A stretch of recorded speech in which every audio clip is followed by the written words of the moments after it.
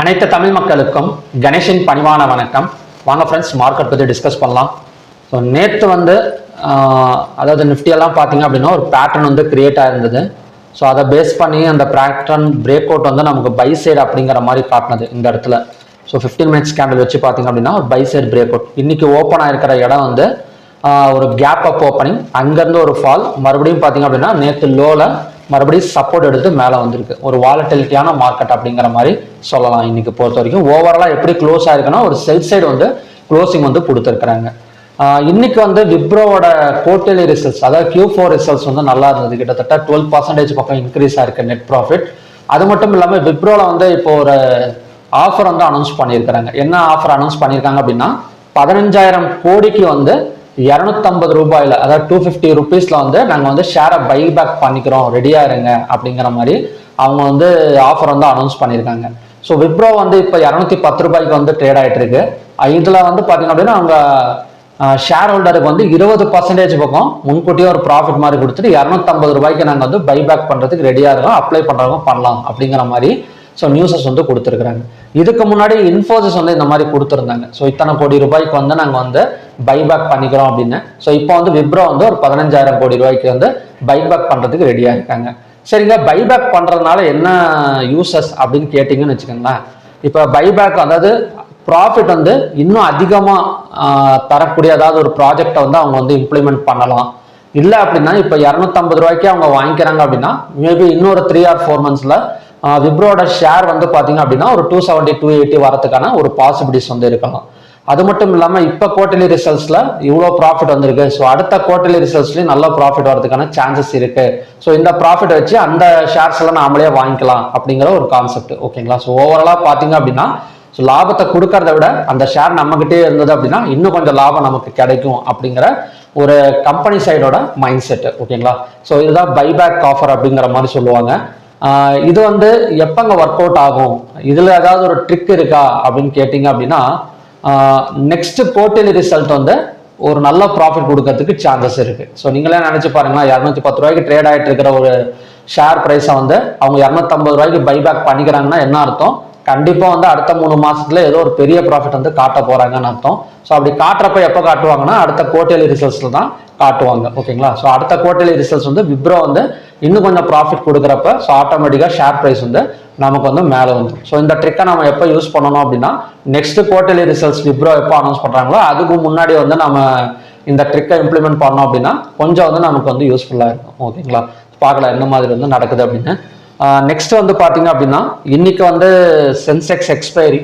So Sensex எக்ஸ்பைரிக்கு தகுந்த மாதிரி மார்னிங்லேருந்தே நமக்கு கொஞ்சம் செல்லிங் சைடு தான் இருந்தது. ஸோ ஓவராலாக இன்னைக்கு ஓப்பன் ஆயிருந்தது எல்லாமே ஒரு பை சைட் சப்போர்ட் பண்ற மாதிரி தான் ஓப்பன் ஆனது. நேற்று FIDS டேட்டாஸ் எல்லாம் பார்த்தீங்க அப்படின்னா FIS பை பண்ணியிருக்கிறாங்க, DIS செல் பண்ணியிருக்கிறாங்க. எப்பவுமே DIS பை பண்ணி FIS செல் பண்ணி வச்சிருப்பாங்க. ஸோ நேற்று FIS பை பண்ணி DIS செல் பண்ணியிருக்கிற மாதிரி டேட்டா வந்திருந்தது. அது மட்டும் இல்லாமல் ஒரு கேப் அப் ஓப்பனிங். ஸோ அங்கே பார்த்தீங்கன்னா அகைன் ஒரு ப்ராஃபிட் புக்கிங் அப்படிங்கிற மாதிரி சொல்லலாம். இன்னைக்கு இந்தியா விக்ஸாக இருக்கட்டும், USD/INR எல்லாமே ஒரு பை சைடுக்கு சப்போர்ட் பண்ண மாதிரி தான் இருந்தது. அந்த பை சைடு எப்போ நமக்கு வந்தது அப்படின்னா 24,146, அதாவது நேற்று எக்ஸ்டர்டேவோட ஒரு லோவை டச் பண்ணிட்டு தான் நமக்கு சப்போர்ட் எடுத்திருக்கு. ஓகேங்களா? ஸோ நாளைக்கு என்ன மாதிரி நடக்கும்னு பார்க்கறதுக்கு முன்னாடி நம்ம மற்ற டேட்டாஸ் பார்த்துட்டு வந்துடலாம். ஸோ ஓவராலாக ஸ்டாக் ஹிட் மேப் எப்படிங்க இருந்தது அப்படின்னா நேற்று எந்த அளவுக்கு கொஞ்சம் கிரீன்ல இருந்ததோ அந்த அளவுக்கு பார்த்தீங்க அப்படின்னா நமக்கு ரெட் சைடு க்ளோஸ் ஆயிருக்கு. HDFC பேங்க் ஒரு நெகட்டிவ், ONGC நெகட்டிவ், அப்புறம் பார்த்தீங்கன்னா பாரதி ஏர்டெல், அதானி போர்ட்ஸ் எல்லாம் பரவாயில்ல, அதானி போர்ட்ஸ் எல்லாம் கொஞ்சம் பாசிட்டிவ் நமக்கு கொடுத்துருக்கேன். ஸோ நிறைய பேர் கேட்டிருந்தாங்க HDFC, கொட்டாக் பேங்க் இதோட குவார்ட்டர்லி ரிசல்ட்ஸ் எல்லாம் எப்படி இருக்கும் ஸ்டாக்ஸோடது அப்படின்னா கண்டிப்பாக பாசிட்டிவ்ல தான் இருக்கும். பெரிய அளவுலலாம் நெகட்டிவ்ல இருக்கிறதுக்கான பாசிபிலிட்டிஸ் ரொம்ப கம்மி. இப்போ நேற்று கூட HDFC, AMC அதோட குவார்ட்டர்லி ரிசல்ட்ஸ் கொடுத்துருந்தாங்க, அதுவுமே பாசிட்டிவ் தான். இன்னைக்கு விப்ரோவும் பாசிட்டிவ் தான். அடுத்தடுத்து வர ஸ்டாக்ஸும் பார்த்தீங்க அப்படின்னா கண்டிப்பாக பாசிட்டிவ் வரதுக்கு தான் சான்சஸ் அதிகமாக இருக்கு. ஓகேங்களா? ஸோ ஓவராலாக இன்னைக்கு ஒரு அப் அண்ட் டவுன் மார்க்கெட் அப்படிங்கிற மாதிரி சொல்லலாம். ஹைவேட்டே ஸ்டாக்ஸை பணத்தை வெளியே எடுத்திருக்கிறாங்க. ஸோ நெக்ஸ்ட் பார்த்தீங்க அப்படின்னா open interest data. Open interest டேட்டாவை பொறுத்த வரைக்கும் மந்த்லி கான்ட்ராக்ட்ல ஒரு ஈக்குவல் க்ளோசிங். மற்றபடி நிஃப்டி அண்ட் சென்செக்ஸை பொறுத்த வரைக்கும் கால் ஆப்ஷனை பை பண்ணி புட் ஆப்ஷனை செல் பண்ணியிருக்கிற மாதிரி க்ளோசிங் கொடுத்துருக்காங்க. நெக்ஸ்ட் மொத்தம் 3,325 ஸ்டாக்ஸ் ட்ரேட் ஆயிருக்கு. அதில் 2,147ங்கிறது பாசிட்டிவ், 1,089ங்கிறது நெகட்டிவ், அன்சேஞ்சுங்கிறது 89. 52 வீக் ஹைல இன்னுமே பாத்தீங்க அப்படின்னா 109 ஸ்டாக்ஸ் இருக்கு. 52 வீக் லோல பாத்தீங்க அப்படின்னா 3 ஸ்டாக்ஸ், அப்பர் சர்க்கியூட்ல 147, லோயர் சர்க்கியூட்ல 27 ஸ்டாக்ஸும். ஓவராலா நிறைய ஸ்டாக்ஸ் எல்லாம் பாத்தீங்க அப்படின்னா நல்ல பிரேக் அவுட் பை சைடு வந்து இன்னைக்கு வந்து கொடுத்துருக்கு அப்படிங்கிற மாதிரி சொல்லலாம். சார்ட் வந்து காட்டக்கூடாது வீடியோல, இல்லைன்னா பாத்தீங்கன்னா வச்சுக்கோங்க கண்டிப்பா 2-3 ஸ்டாக்ஸை பத்தி ஸ்டார்டிங்ல யூடியூப் ஸ்டார்ட் பண்ண டைம்லலாம் பாத்தீங்க அப்படின்னா அந்த ரூல்ஸ் எல்லாம் இல்லை. ஸோ ஒவ்வொரு நாளுமே வந்து ஒரு 3-4 ஸ்டாக்ஸை பத்தி டிஸ்கஸ் பண்ணியிருந்த பேட்டர்ன் பிரேக் அவுட் நடக்குது அப்படி நடக்குது அப்படின்னு. ஸோ அதெல்லாம் ரொம்ப யூஸ்ஃபுல்லாக இருந்தது. பட் இப்போ இந்த மாதிரி ரூல்ஸ் இருக்கனால ஸோ சார்ட் வந்து காட்ட முடியல. ஓகேங்களா. நெக்ஸ்ட் வந்து பாத்தீங்க அப்படின்னா செக்டார் வைஸ் க்ளோசிங்.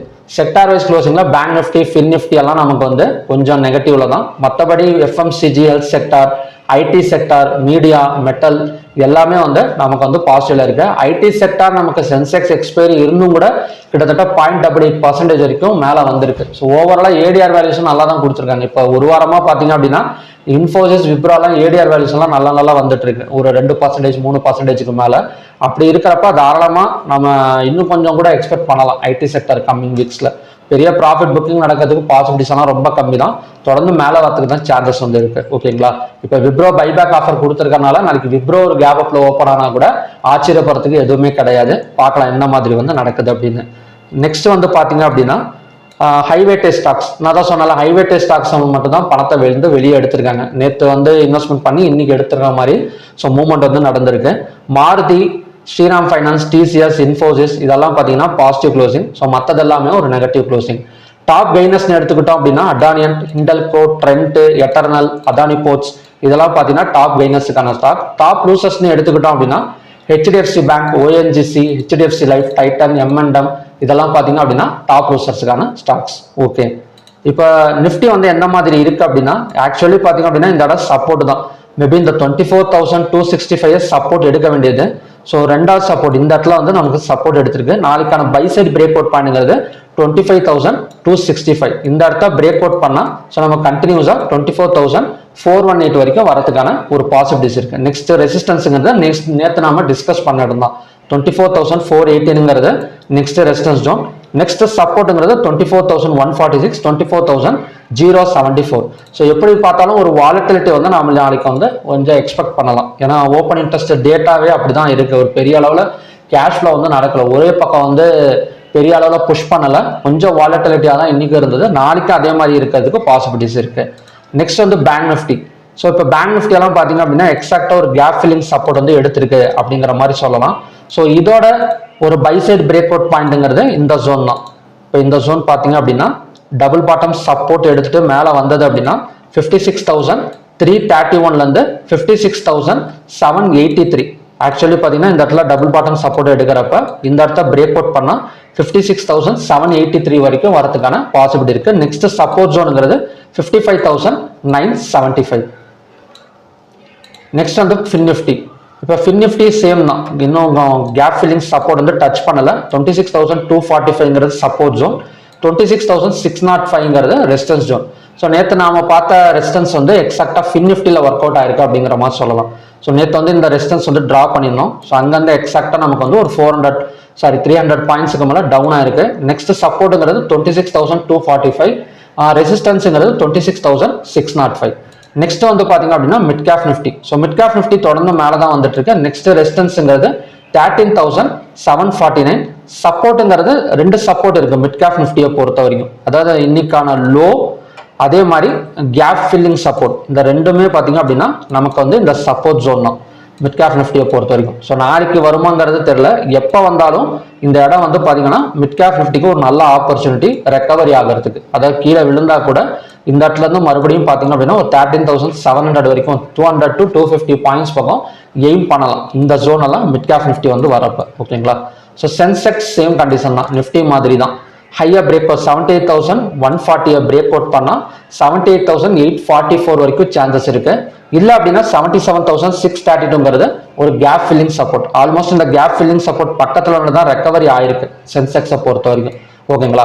அகைன் இந்த இடம் வந்தது அப்படின்னா double bottom support work out ஆகும். பிரேக் அவுட் லெவலும் பாத்தீங்க அப்படின்னா 78,140. ஓகே.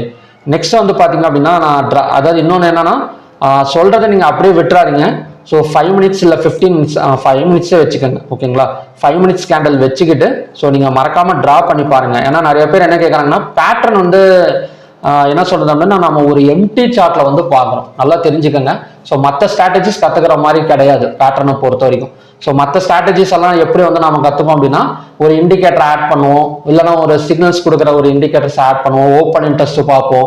ஸோ அந்த இதெல்லாம் பார்த்தீங்க அப்படின்னா கொஞ்சம் வந்து நமக்கு ஈஸியாக வந்து தெரிஞ்சிடும். இப்போ யாராவது நமக்கு ஒருத்தர் கற்றுக் கொடுக்குறாங்கன்னு வச்சுக்கோங்களேன், ஓகே இந்த ஸ்ட்ராட்டஜி இப்படி தான், இந்த இடம் வந்தால் பை பண்ணோம், இந்த இடம் வந்தால் செல் பண்ணோம், இப்படி தான் டார்கெட் ஸ்டாப் லாஸ் அப்படிங்கிறத நம்ம வந்து கொஞ்சம் ஈஸியாக வந்து படிச்சிடலாம். பட் பேட்டர்னுங்கிறது அந்த மாதிரி கிடையாது. ஒரு ஜஸ்ட் என்ன சொல்றதுன்னா ஒரு எம்டி சார்ட். இப்போ என்ன சொல்றது அப்படின்னா இந்த இடம் இப்போ ஒண்ணுமே இல்லை, இதுல வந்து ஒரு எம்டி சார்ட் தான் இருக்கு. ஸோ இந்த எம்டி சார்ட்ல நம்ம டூல்ஸ் ஆட் பண்ணி டிரா பண்ண போறோம் ஓகேங்களா. அப்ப டூல்ஸ் ஆட் பண்ணி டிரா பண்றப்ப நமக்கு மொத்தமாவே ஒரு 14 டைப் ஆஃப் சார்ட் பேட்டர்ன் தான் இருக்கு. உங்களுக்கு அந்த வீடியோஸ் வேணும் அப்படின்னா வாட்ஸ்அப்ல, அதாவது என்னோட ஃபோன் நம்பர் வந்து வீடியோ டிஸ்கிரிப்ஷனில் கொடுத்துருக்கேன். ஸோ அதை கிளிக் பண்ணி அது வீடியோஸ் கலெக்ட் பண்ணிக்கோங்க. இப்போ எப்படி அப்படின்னா இந்த எம்டி சார்ட்ல நாம வந்து டிரா பண்ண போறோம். அப்ப எப்படி முடியும்? அப்போ கொஞ்சமாச்சு நம்ம வந்து ஹார்ட் ஒர்க் பண்ணணும், சார்ட் பேட்டர்னை வந்து டிரா பண்ணணும் அப்படின்னா ஓகேங்களா. ஸோ நிறைய ஸ்டாக்ஸ் இருக்கு, அதே மாதிரி ஸ்டாக்ஸ் நிறைய எடுத்து ப்ராக்டிஸ் பண்ண தான் ஸோ உங்களுக்கு அந்த பேட்டர்ன் பார்த்தவொடனே தெரியும். ஏன்னா நிறைய பேட்டர்ன் இருக்கனால உடனே போயிட்டு நம்ம ஒரு வாரத்துலயோ இல்லை என்ன சொல்றதுன்னா ஒரு 15 நாள்லயோ எல்லாம் பேட்டர்ன் டிரா பண்ண கண்டிப்பா முடியாது. குறைஞ்சது நம்ம வந்து அதை படிச்சுட்டு ஒரு 3 months ஆச்சு நல்லா ப்ராக்டிஸ் பண்ணாதான் ஸோ நம்ம அதை ஸ்விங் ட்ரேடிங்கும் யூஸ் பண்ணிக்க முடியும், ஒரு இன்ட்ராடேக்கும் நம்மளால வந்து யூஸ் பண்ணிக்க முடியும் ஓகேங்களா. பேட்டர்ன் டிரா பண்றது எதுக்கு அப்படின்னா ஒரு என்ன சொல்றதுன்னா ஒரு பெரிய பாயிண்ட்ஸை வந்து நம்ம கேதர் பண்றதுக்கு தான் ஓகேங்களா. இப்போ மற்ற ஸ்ட்ராட்டஜிஸ் எல்லாம் சின்ன சின்ன பாயிண்ட்ஸ்ல புக் பண்ணிடலாம் அப்படிங்கிற மாதிரி தான் சொல்லுவோம். பட் பேட்டர்னுங்கிறது இப்போ ஒரு ஸ்விங் ட்ரேடிங் பண்றோம், ஒரு ஒன் டே டைம் ஃப்ரேம் வச்சு ஒரு ஸ்டாக்ஸ் நான் டிரா பண்றேன்னு வச்சுக்கோங்களேன். ஸோ அந்த பிரேக் அவுட் நடக்கிறப்ப கண்டிப்பா ஒரு 5 to 10% நாம எய்ம் பண்ணலாம் அந்த பேட்டர்ன் எல்லாம் டிரா பண்ணி பிரேக் அவுட் பண்றப்ப ஓகேங்களா. ஒரு நல்ல டார்கெட்டுக்கு எய்ம் பண்றதுக்கு தான் ஸோ நம்ம எம்டி சார்ட்ல டூல்ஸை யூஸ் பண்ணி இண்டிகேட்டர்ஸ் இல்லாம பேட்டர்னை வந்து டிரா பண்றது. கண்டிப்பா அது கொஞ்சம் டைம் எடுக்கும், அது வந்து நம்ம கையில தான் இருக்கு. நம்ம எந்த அளவுக்கு ஹார்ட் ஒர்க் பண்றோமோ அந்த அளவுக்கு பாத்தீங்க அப்படின்னா இந்த பேட்டர்ன் நம்ம கண்ணுக்கு தெரியும். ஓகே, ஸோ நெக்ஸ்ட் வந்து க்ரூட் ஆயில் பார்க்கலாம். இப்போ க்ரூட் ஆயில் எல்லாம் பாத்தீங்க அப்படின்னா நமக்கு பேரலல் சேனல் தான். இந்த இடம் பாத்தீங்கன்னா தெரியும், M6 பொறுத்த வரைக்கும் 15 மினிட்ஸ் கேண்டில். இந்த ஜோன் பாத்தீங்கன்னா தெரியும், காலையில இருந்து ஈவினிங் வரைக்குமே இன்னுமே அந்த சேனல் வந்து வெளியே வரல க்ரூட் ஆயில் கேண்டில்ஸ். இப்போ மார்னிங் வீடியோவில் வந்து சொல்லியிருந்தேன் 8725 buy side break out, 8433 sell side break out அப்படிங்கிற மாதிரி பார்த்தோம்னா ஸோ இன்னும் பிரேக் அவுட் நடக்கல. So buy side break out நடந்தால் 9135 target and resistance, sell side break out நடந்தது அப்படின்னா 8194 நமக்கு வந்து support zone. So sell side next டார்கெட்டுங்கிறது எப்படியும் பார்த்தீங்கன்னா ஒரு 200 பாயிண்ட்ஸ். அதே மாதிரி பை சைட் பிரேக் அவுட் நடந்தால் ஒரு 300 பாயிண்ட்ஸ் பக்கம் எக்ஸ்பெக்ட் பண்ணலாம் ஓகேங்களா. இன்னும் பிரேக் அவுட் நடக்கல, வெயிட் பண்ணலாம். நெக்ஸ்ட் வந்து நேச்சுரல் கேஸ். இப்போ நேச்சுரல் கேஸ் சப்போர்ட் ஜோன்ல தாங்க நிற்குது. இப்போ மார்னிங்லேயே பார்த்துடணும், இந்த இடத்த 240 பிரேக் அவுட் பண்ணாதான் நமக்கு வந்து செல்லிங். அது மட்டும் இல்லாமல் இப்போதைக்கு last natural gas inventory data வந்து நமக்கு டிமாண்ட் தான் கொடுத்து லாஸ்ட் டைம் வந்து நமக்கு சப்ளை தான் கொடுத்துருந்தது. அதுக்கு முன்னாடி எல்லாம் கொஞ்சம் டிமாண்ட் கொடுத்துருந்தது. இந்த தடவை டிமாண்ட் கொடுக்கறதுக்கு பாசிபிலிட்டிஸ் இருக்கு ஓகேங்களா. ஸோ அப்படி டிமாண்ட் கொடுத்தது அப்படின்னா ஹையா பிரேக் அவுட் பண்ண 255.9 வரைக்கும் எக்ஸ்பெக்ட் பண்ணலாம். நமக்கு செல் சைடு பிரேக் அவுட் இந்த இடத்துல க்ளோசிங் வச்சா மட்டும்தான் செல் சைடு. ஸோ அது வரைக்குமே பார்த்தீங்க அப்படின்னா பையிங் சைடு தான் கன்ஃபர்மேஷன் கிடைச்சிருக்கு நேச்சுரல் கேஸை பொறுத்த வரைக்கும். ஓகே, நெக்ஸ்ட் வந்து கோல்ட் அண்ட் சில்வர். இப்போ கோல்டெல்லாம் மார்னிங்ல ஒரு ரெசிஸ்டன்ஸ் நம்ம ஆட் பண்ணியிருந்தோம். எக்ஸாக்டா பார்த்தீங்கன்னா ஒரு ரெசிஸ்டன்ஸை டச் பண்ணிட்டு கீழே தான் வந்துட்டு இருக்கு. ஒரு ட்ரிபிள் பாட்டம் ரெசிஸ்டன்ஸை டச் பண்ணிட்டு கீழே வந்துட்டு இருக்கு. 1,53,721 பிரேக் அவுட் பண்ணா செல்லிங் வந்து எதிர்பார்க்கலாம். ஏன்னா இதுதான் நெக் லைன் அப்படின்னு சொல்லுவாங்க. இதை பிரேக் அவுட் பண்ணா ஒரு என்ன சொல்றது அப்படின்னா 2000 பாயிண்ட்ஸ் பக்கம் டவுன் சைடு வந்து எக்ஸ்பெக்ட் பண்ணலாம். இல்லை அப்படின்னா ஒரு வாலட்டிலிட்டி தான். பிரேக் அவுட் பாயிண்ட் தான் இருக்குதே தவிர இப்போதைக்கு சப்போர்ட் கிடையாது. ஓவராலா கோல்டு பை தான். பட் இன்ட்ராடே மூமெண்ட்டை பொறுத்த வரைக்கும் ஒரு triple bottom support and break out, sell side break out இப்போதைக்கு கன்ஃபர்மேஷன் கொடுக்கலாம். நெக்ஸ்ட் வந்து சில்வர். ஸோ சில்வரும் சேம் கண்டிஷன் தான், ட்ரிபிள் டாப் ரெசிஸ்டன்ஸ் எடுத்துட்டு இறங்கிட்டு இருக்கு. இன்னும் கொஞ்சம் செல் சைட் கன்ஃபர்மேஷன் வேணும் அப்படின்னா 2,48,636 இல்லைன்னா இந்த ஹைக்கு மேலே கேண்டில் க்ளோஸ் வச்சது அப்படின்னா பை சைட் பிரேக் அவுட் வந்து கொடுத்துரும் ஓகேங்களா. ஸோ இதுதான் பார்த்தீங்கன்னா இன்னைக்கான கண்டிஷன்ஸ். ஸோ பார்க்கலாம்.